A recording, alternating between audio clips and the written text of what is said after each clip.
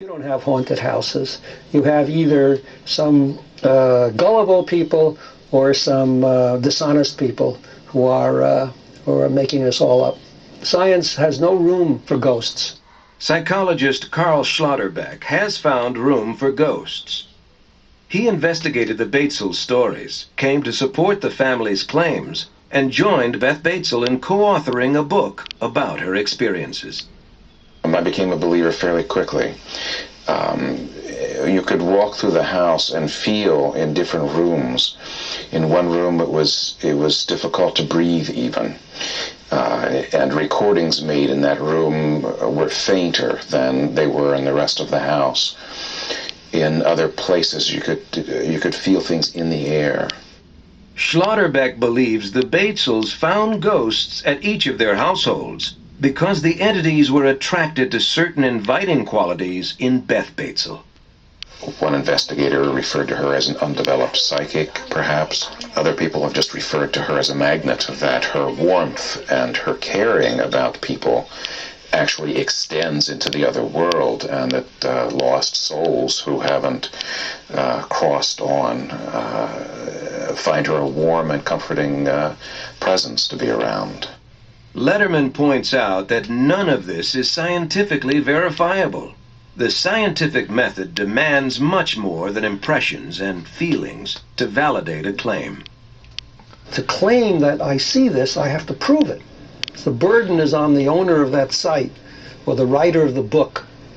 And in 400 years of innumerable claims, no one has ever succeeded in convincing the scientific community. Parapsychologist Lloyd Auerbach finds proof in the Batesels' reports of objects floating and moving through the air.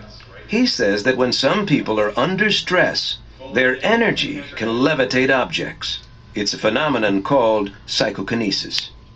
Psychokinesis is the ability that we have identified in parapsychology of the mind to directly affect matter or energy, to move things. There's usually a living person there whose mind, subconscious mind typically, is letting off steam or reacting to stress, and is using psychokinesis, mind over matter ability, to move those objects around. Laboratory study after study has tried to find evidence for psychokinesis and hasn't found it. The, again, eyewitness reports of something moving from here to there are very unreliable. Many scientists think psychology offers the best explanation for the happenings at the Batesel households. Psychologist and retired Professor Robert Baker says that in over 50 years of investigating claims of hauntings, he's found ghosts in only one place. In the human mind. It is an invention of the human mind, and they have invented ghosts because ghosts provide a great deal of psychological satisfaction to the people who believe in them. It fills a gap, a void in their lives.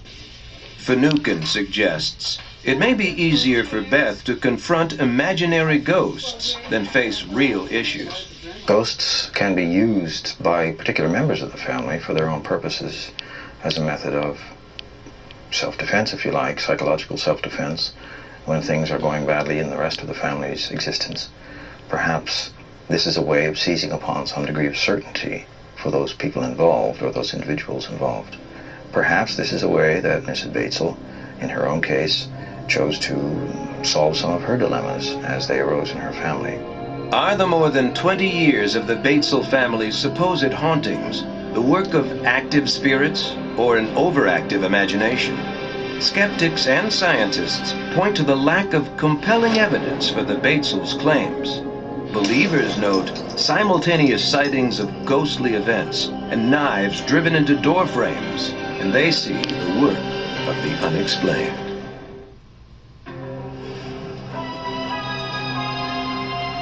For centuries, Native American elders have passed down legends that tell of hidden places deep in the mountains of Colorado. For the spirits of the dead, these sites are sacred portals that provide passage in and out of this world to the next. For the living, these places are mysterious gateways that offer a glimpse of the unexplained.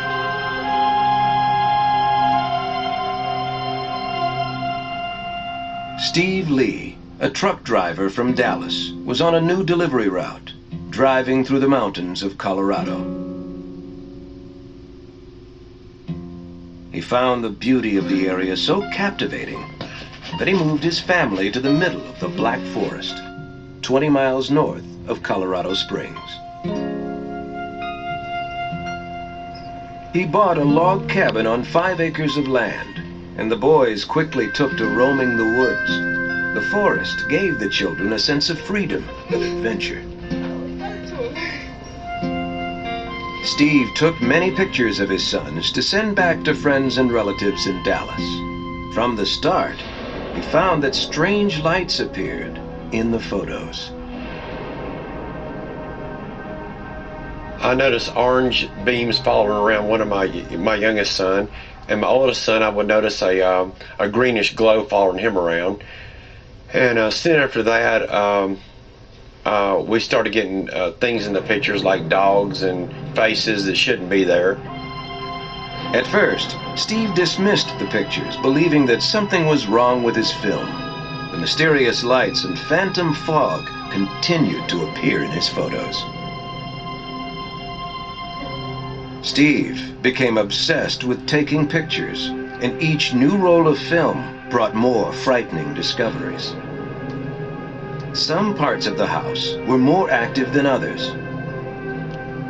When Steve took pictures of the mirror over his dresser, he was terrified by the reflection staring back at him. In my mirror, there seems to be faces that will appear in there, different people. It's not the same person. A face will appear in the mirror and it will dissipate, then another one will appear and it will dissipate. Steve refused to believe he had ghosts. He installed security cameras around the